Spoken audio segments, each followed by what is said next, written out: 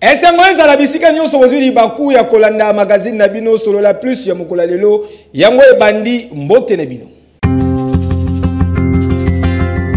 Botika na yebisa bino ke mutu azali ko se battre pour na ko redorer image ya parti au pouvoir na institution ya République démocratique du Congo, l'argentier de la République, ministre ya finance excellence Doudou Fwamba, les bâtons de Moïse azali ko continuer ko surprendre ba détail bozo mon élément.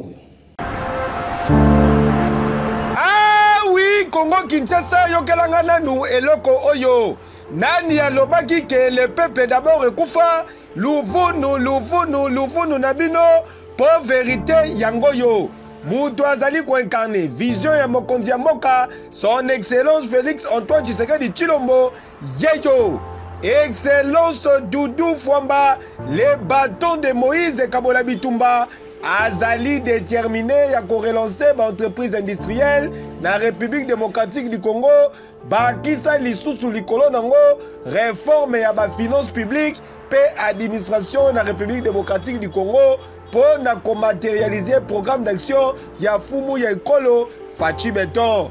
Après avoir causé sa kofuta ba fonctionnaire ya l'État le 20 ya chaque mois et loko et comment qui impossible lobby eleki ezalaki tour ya bazon ya office national des transports onatra et sika wapi au cours ya séance de travail ministre ya finance Doudou Fwamba Likunde Libotayi les bâtons de Moïse et Kabola Bitumba a échangé avec une délégation intersyndicale onatra sur relance ya activité portuaire et ya chemin de fer dans la République démocratique du Congo oyo et c'est à la qui sur subvention et intervention ya l'État na partenariat public-privé na concession ya port ya Matadi conformément na instruction ya président de la République son excellence Félix Antoine Tshisekedi Tshilombo oyo s'engagaki pour na kodoter ba entreprise publique na ba moyen adéquat en vue ya ko rendre yango plus compétitif et viable.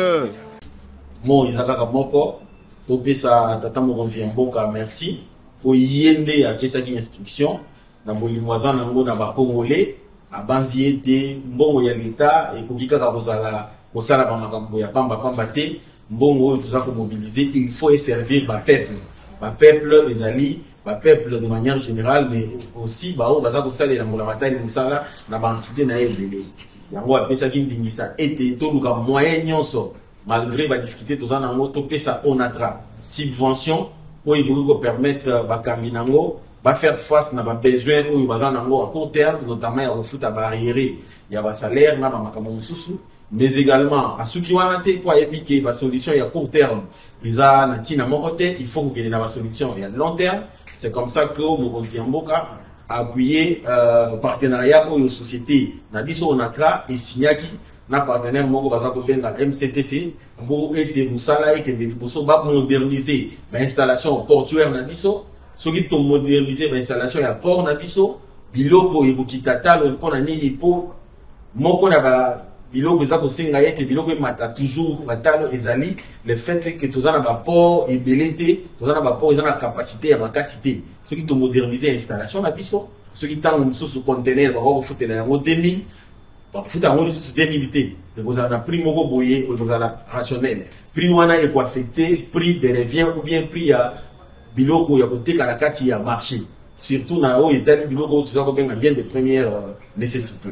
Ya on tata Mokonzi Mboka pesa kindingisa ndele l'autre lobby, il faut tout exécuter on a outil ko signer na misu ya ba syndicaliste ya onatra subvention o tata Mokonzi Mboka a signé là qui bango pas gouvernement na e pour te pesa ngo. yango maloba tozana nga ko mpona rido na tournaye Armand Ossase président intersyndical ya Onatra a remercié ki mokonzi ya mboka son excellence Félix Antoine Tshisekedi Tshilombo pour une intervention na ye lisusu na volet social pour sur instruction ya Fachi Beton a décidé kopesa na ba travailleurs ya Onatra 4 mois ya arriéré de salaire na bango. Ya liboso topesi tata mokonzi kolo merci makasi. Merci à liboso atieli biso na ministère oyetali sanduku ya mboka nationaliste, c'est-à-dire oyali na mutema comme Patrice Emery Lumumba, comme Papa Tshisekedi, comme yemoko président oyo azali kolala te pona ba Congolais to vivre na kimia. Et ali contrat ya Onatra na partenaire MCTC ndenge mokonzi auti koloba. Lelo mokonzi auti ko signer mukanda parce que tata mokonzi kola lobaki ba pesa basali ya Onatra oyo ba kokufa na nzala barrière de salaire na bango. Mbala ya liboso na mboka na biso toza na monde syndical que mokonzi aussitôt apesa instruction ministre des finances atosi et ali mbala ya liboso et mokonzi auti ko signer na sengi na basali mukanda ba signer ko banda ya lobby jeudi ba représentant employé ba yaliawa ministre apesa instruction barrière wana efutama po asigner na yango to bengi basali baso invité spécial na biso ministre ya finance oyo ali représenter mokonzi kolo akozala vendredi na 10h devant Onatra biso basali ya Onatra to yambaye aya yemoko asolola na biso a confirmer ka signé tout ce qui wana te excellence auti koloba lisusu toko banda lisusu kosenga papa président pesa biso tolia te partenariat wana ezali ganya to moderniser port na biso po bato ya minene ekuta na ngele ya bapoto tango eza koya mama naza korasire bino boza presse mboka sikoyo etamboli nzale kosila banzele kufungwama susi ya mokonzi mboka moderniser port ya Matadi okomona na ba port ya mike oyo bachela biso wana eza ko disparaître pona biso to rasine na mokonzi mboka ke instruction na yo toza devant représentant na yo ministre des finances excellence yebisa tata mokonzi kolo etosami biso baso après Kinshasa tozo kita Congo central tokoyamba instruction mokonzi mboka na maboko mibale ekozali événement rassuré ke tosami image oyo nenela yi ono ya basali ya Onatra nzamba pambola yo olakisi kozali vraiment pa Lumumba olakisi kozali Tshisekedi oyo bakufela mboko baza ba nationaliste na nzambe okumela Satan. Merci beaucoup. Tala ba ministre ya boye nde Congo ezali koluka ba ministre oyo baye pona ko accompagner mokonzi ya mboka son excellence Félix Antoine Tshisekedi Tshilombo noko na oyo Dudu Fwamba azali kosala noko oyo pe oboyi noko ndima Dudu Fwamba les bâtons de Moïse et Kabola Bitumba epesa nango zuwa te yo oui.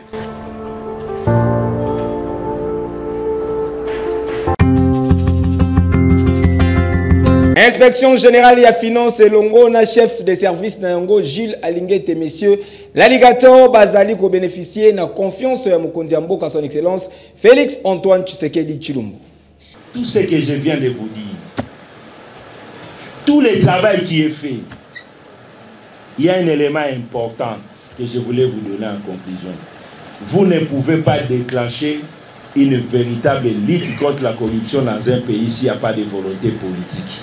Congo Kinshasa yokelanga nanu eloko oyo pona nini motema mabe ya boye pona nini motema ya bondoki boye lisu muse moko o inspection générale ya finance IGF pe inspecteur général na yango chef de service Gilles Alingete monsieur l'alligator basali ezali obele po ba réclamer mbongo ya bana mboka mbongo ya ba congolais pour un intérêt général de la République démocratique du Congo selon vision ya mokonzi ya mboka son excellence Félix Antoine Tshisekedi Tshilombo Fachi Beton. Campagne ya diabolisation monene ezali kosalama bapesi bambongo par-ci par-là pour na kobebisa image ya IGF pour na monsieur l'alligator Jules Alingete azali ko contrôler systématiquement ba dossier ya ba forage lampadaire pe salaire ya ba fonctionnaire. Kasi soki otali malamu ba détracteur et inspecteur général Jules Alingete bazali en réalité ba oyo bazali ko combattre vision ya mokonzi ya mboka son excellence Félix Antoine Tshisekedi Tshilombo na lutte contre corruption, lutte contre détournement ya ba deniers publics pe biloko nyonso ya mabe oyo esalama depuis kala na mboka na biso pe etikala impuni. Nous avons 145 604 agents et fonctionnaires de l'État qui sont dans les fichiers de la paie avec des numéros matricules fantaisistes. Deuxièmement, nous avions constaté les cas de 53 328 agents et fonctionnaires qui disposent de plus de 2 numéros matricules dans les fichiers. Nous avions également constaté les cas de 93 356 agents et fonctionnaires de l'État qui partagent les mêmes numéros matricules avec d'autres agents de l'État. Noko! Awa esi totimbeli baje na bino ba campagne nyonso na maye wo botika monsieur l'alligator kimia po azali kosala musala na ye kitoko oyo ezali ko permettre na mboka et maximiser ba recette pe e boucher ba bisika nyonso bo bandaki koyibela ba mbongo ya bana mboka. Dans ces pays, on a dit maintes fois, plus rien ne sera comme avant, mais les choses ont été pires qu'avant. Les portes des prisons seront ouvertes. Les portes des prisons étaient ouvertes, mais pour prendre les petits peuples qui volent les pains, les beignets, l'argent dans les sacs de maman, les grands voleurs qui ont hypothéqué l'avenir de toute la nation sont restés libres. Et c'est encore eux qui prenaient les petits voleurs pour les amener dans les portes des prisons qu'on avait ouvertes.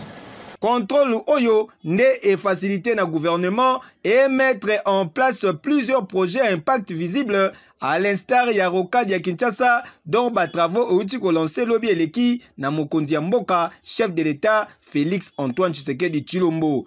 Tala ozali congolais ya solo et sengeli ko encourager digne fils ya pays Oyo monsieur Jules Alingete Kei l'alligator. Ah, soit bango. Yeke yo. Depuis que je suis à l'inspection générale des finances, c'est pour la première fois, je peux vous témoigner qu'il y a réellement la volonté politique dans les pays de lutter contre les antivaleurs, contre la corruption et d'assainir les finances publiques.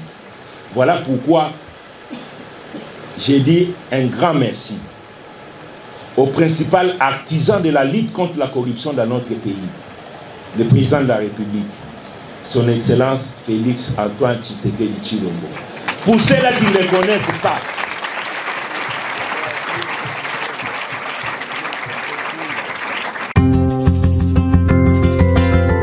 na quartier Kimbangu na commune ya Kalamu, plus précisément na 14e rue Tilelo, bamelaka mai ya mabulu ko kamo aserf luzolo pona ba détail. Ezo sala na pasi makambo zali koleka na awa na 14e rue tozali na quartier Kimbangu, plus précisément na commune ya Kalamu. Ndenge kaka bozali komona boye awa bokondima teke population bamelaka mai ya libulu oyo bozali komona yango pe baselaka misala nyonso pour depuis 2019 bamona nanu mai ya régie des eaux lisusu na barobine na bango te barobine ekauka ebongo pe soki otali libulu yango façon bazali kotokela mai na place ezaleli okoyoka mawa yoka lisolo 2019 avenir obimba oyo comment obika kuta libulu mono ya bulu antenne comment obika biso awa depuis confinement donc premier confinement deuxième confinement to banda wana donc ti lelo to suna mai te na be na biso 14 mairie o mioso Kimbangu na Kalamu to suna mai te mai zala su ba bongisa biso to lobani ba bongisa ti po to yo ka su ival moza kolo kuna eza okangama baya babongisa ngo ba déboucher comme ça biso ko ozwa mai babongisa mai na bango pour do perdre ba client ba perdre déjà si ba perdre ba client c'est perdre tout kala mais on se sou mai donc ça mai pour to ça la mai mabulo to lambelango to zo bamsuku ba melango kutu et ça malade et on cause to éviter to bonda nga boye ka confinement ka boye mai za la soute ma soute on va ba ko lo mai za la bon c'est tout mai c'est tout bien que tout mai ma boulot boye tel ka de to ka zone image to to mai ona donc kana kata RDC ana Kinshasa to nyoko makana mai pona nini papa na nina yeba so to za na RDC biso to za na RDC comment banda to ça de 3 ans yango to zanga mai surtout na baba na so 14 mai ebimakate mai o ndeti ngana za mutama na lamba spaghetti na lamba dara mesa na neza sikoyo ndenge ni na kende ndambe na mai ya libulu uluki la so eza bouché uluki ba tu ya minene vraiment o ba pasa na facile ya kotoka mai liboso kuna kaleza ki mwa maba ndeka so mama ezo mama ine des mboka pe beba déjà to la muka rapete mais mai ebima rapete ata bola mu ine bo mona pe mai te des bo mona pe mai te pour lui dire solution par de banzo de était beli biso likwa ko memke de luka ba mai ko memanga na mutu nzoto de était beli don ngana age na ngade na bana da 6 sikoyo so kinzo tango kufi bana na mta boko langa ba mai ya de bulu mai pasi hein non faut que l'andila mai ye yo toka mai hein mai pasi penza hein mai ya de bulu to sepelite mai ya de bulu penza ezalaka mai ya de bulu ezalaka te hein lo faut que l'andila yo toka mai hein tala neti mona oyo façon azali kotokela mai na risque nyonso ki adinda na libulu en plus libulu yango mariage na courant ndenge kaka SNEL na régie des eaux banyokolaka population ya Kinshasa. Mama olobi nini yango fongo nyonso komaka pasi na ba mai pasi kolia pasi nyonso pasi kokilango ekufa otoni toyeba pete régie des eaux ça le lokote mai ezate courant balongeza la raté Papa directeur ya régie des eaux Papa David Chilumba kokamwate ndenge omimoni awa izande pona 14e ri na Kimbangu na komini ya Kalamu bazali kosepela te yango balobi yo moko nanu yaka awa omekata kopo moko ebongo tala ndenge ko se sentir ya pasi eke yo banzo de était beli biso likwa ko memke de luka ba mai ko memanga na mutu nzoto de était beli don ngana age na ngade na bana da 6 sikoyo so kinzo tango kufi bana na mta boko langa ba drame na concert ya pasteur Mike Kalambai. Gouvernement a s'est décidé à sa la banquette pour na komona ba coupable ya solo retour en image.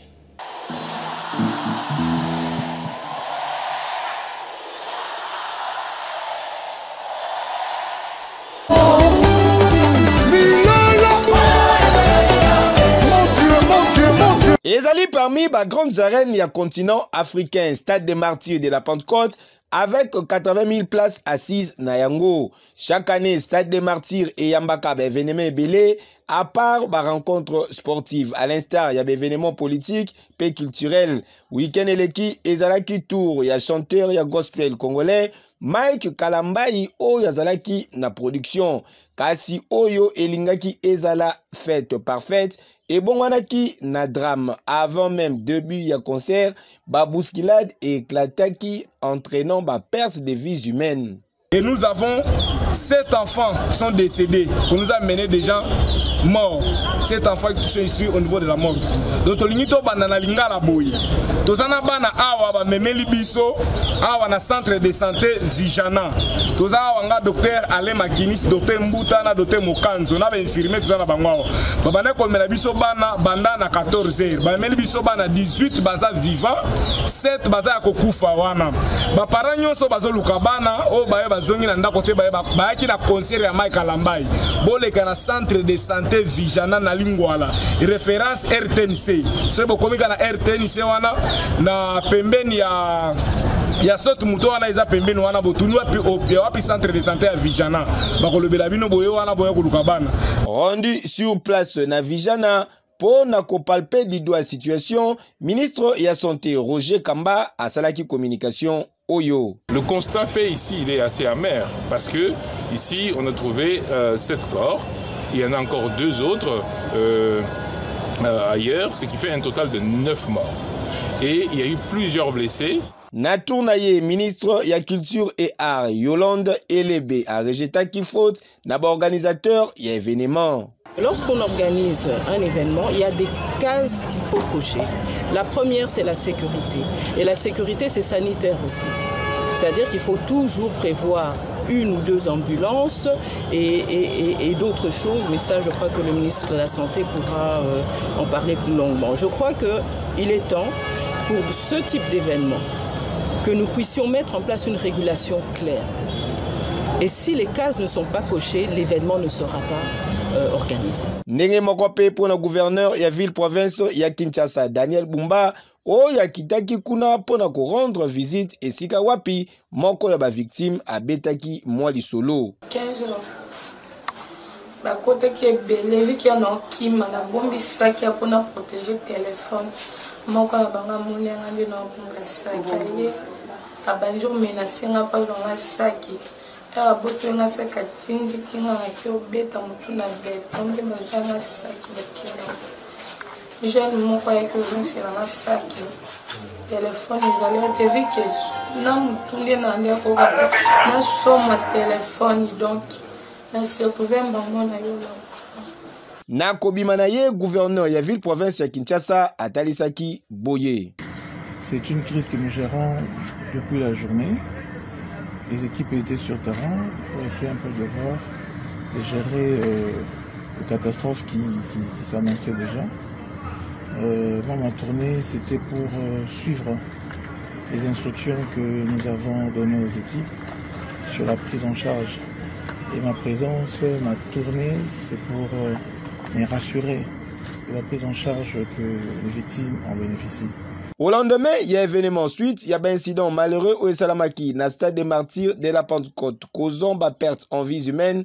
Sur instruction, il y a première ministre Judith Sumi Mwatuluka, ministre de l'Intérieur, a convoqué une réunion de crise auquel artiste et musicien Mike Kalambayi a participé qui paie à Talisaki Boye na Kobimanaye. Très simple, nous venons sortir la réunion de crise avec le VPM sur instruction de la première ministre. Il y avait également la présence du ministre de la Justice, le ministre d'État, le ministre de la Santé, la ministre des Affaires sociales. Voilà, la culture était sûrement représentée. Et nos apaisements, les enquêtes sont lancées. Et je crois que toutes les précisions que nous serons apportées dans les heures qui suivent, soyons tranquilles et on est ensemble. Merci pour un rappel, tragédie Oyo et Zali Lokola. Oyo le kaka lors ya concert ya star ya musique congolaise Fally Ipupa en octobre 2022 kunape esika wapi babuskilade et kozaki plusieurs morts. Kasi sengeli boye bake ministre ya justice a suspendre l'activité nyonso Oyo ezali non sportive na stade des martyrs de la Pentecôte jusqu'à nouvel ordre. Et le stade du 20 mai. Sur les enquêtes, je n'en ai pas parlé. Tous les services étaient là, ils nous ont fait un rapport verbal sur la situation qui va nous permettre à nous aussi de faire rapport à l'autorité. Mais tous ont été mis à disposition de l'enquête ouverte depuis hier et nous pouvons vous rassurer que nous allons suivre tout cela de très près avec le ministre d'État à la Justice et Garde des Sceaux pour que dans un délai le plus bref, les responsabilités tant pénales que civiles soient établies et que justice soit faite. Nous avons pour première responsabilité de sécuriser nos populations. Donc nous ne pouvons pas arriver à comprendre et à considérer que des organisations festives s'organisent aussi longtemps que les vies humaines, les vies de nos concitoyens, de nos populations, de nos enfants soient mises en danger. Donc pour préserver tous ces risques, provisoirement, nous suspendons toutes ces activités. Il va falloir que les mécènes et les artistes puissent aussi réfléchir sur d'autres lieux, des lieux plus sécurisés, en attendant, s'ils ont l'ambition d'organiser, c'est vrai que c'est les vacances, c'est vrai que nos enfants ont besoin de se divertir, mais en ce qui concerne ces deux lieux qui, d'après certains rapports, sont des lieux à risque pour de telles activités, cela est suspendu et ça sera respecté. Le ministre de la Justice est là. Et il va suivre de très près tout ça. Entre-temps, banquette ezali ko salama, mais question etikali ya koyeba nini ezalaka à la base ya ba drame à répétition oyo. Dossier à suivre. Maboko makasi pona passer na biso. Lelo tozo confirmer yango ke passer Mike Kalambai a koti na cour de grand. Lelo toende honoré Nzambe. Ye mutaleki biso nyonso na makambo nyonso. Ye mutapesi frère nanga ipema. Alors tobetela Nzambe maboko s'il vous plaît. Ngai na lingaka nzembo moko. Kolo Yesu yo mwana ya Nzambe.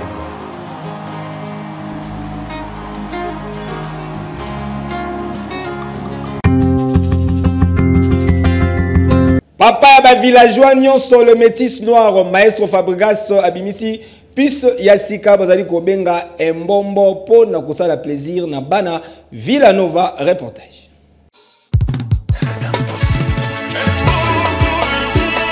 Ah oui, alobi ya kotika tonte série ya ba fois bezali ko continuer yenani Fabregas le métis noir papo di grande. Papa Soin le maestro a memeli bino ya mbala oyo embombo pona kosala plaisir na bamoure ya bonne musique, bamoure ya musique intelligente yoka eloko oyo. Les pacificateurs Vital Camer, la joie qui t'inquiète les bons, son excellence.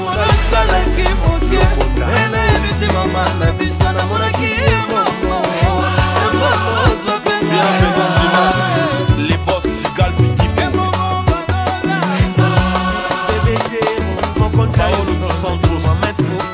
En tout cas, bako sabinote, qualité ya son, qualité ya clip, rien à dire, félicitations, na Villanova Mobimba, peba villageois nyonso.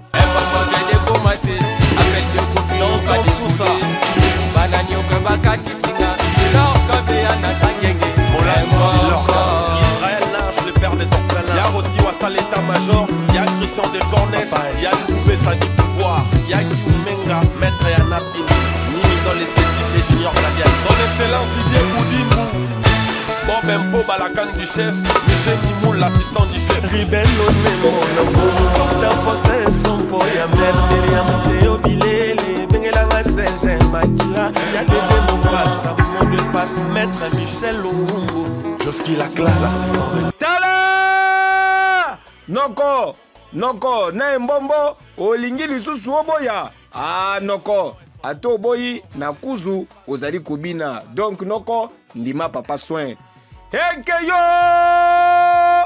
Oui! Arobase Mukuna, honorable Olivier Nyangi, honorable Moïse Oumbo.